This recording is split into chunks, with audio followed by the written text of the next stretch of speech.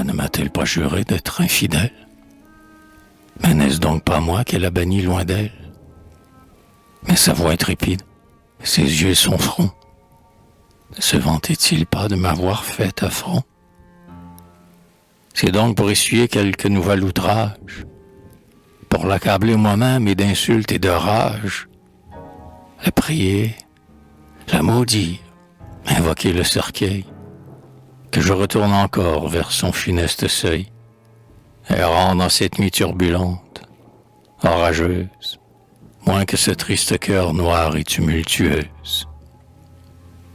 Ce n'était pas ainsi que sans crainte et sans bruit, jadis à la faveur d'une plus belle nuit, invisible, attendue par des baisers de flamme. Oh, toi, jeune imprudent que séduit une femme, si ton cœur veut en croire un cœur trop agité, ne courbe point ta tête au joug de la beauté. Ris plutôt de ses feux et méprise ses charmes. Vois d'un œil sec et froid ses soupirs et ses larmes. Règne en tyran cruel, aime à la voir souffrir. Laisse-la toute seule et transir et mourir.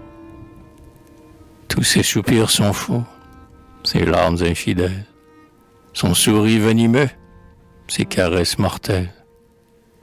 Ah, si tu connaissais de quel art inouï la perfide enivra ce cœur qu'elle a trahi, de quel art ses discours, faut-il qu'il m'en souvienne, me faisaient voir sa vie attachée à la mienne. Avait-elle bien pu vivre et ne m'aimait pas? Combien de fois de joie expirant en mes bras, faible, exhalant à peine une voix amoureuse. Ah, Dieu, s'écriait-elle, ah, que je suis heureuse. Combien de fois encore d'une brûlante main, pressant avec fureur ma tête sur son sein, ses cris me reprochaient des caresses paisibles. Mes baisers, à l'entendre, étaient froids, insensibles. Le feu qui la brûlait ne pouvait m'enflammer, et mon sexe cruel ne savait point aimer. Et moi, fier et confus de son inquiétude, je faisais le procès à mon ingratitude.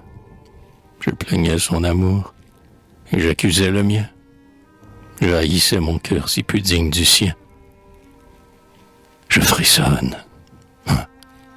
Je sens que je m'approche d'elle. Oui, je la vois, grand Dieu. Cette maison cruelle, que sans trouble jamais n'abordèrent mes pas. Mais ce trouble était doux, et je ne mourrais pas. Mais elle n'avait point, sans pitié même feinte, rassasié mon cœur et de fiel et d'absinthe. Ah, d'affront aujourd'hui je la veux accabler. Des véritables pleurs de ses yeux vont couler.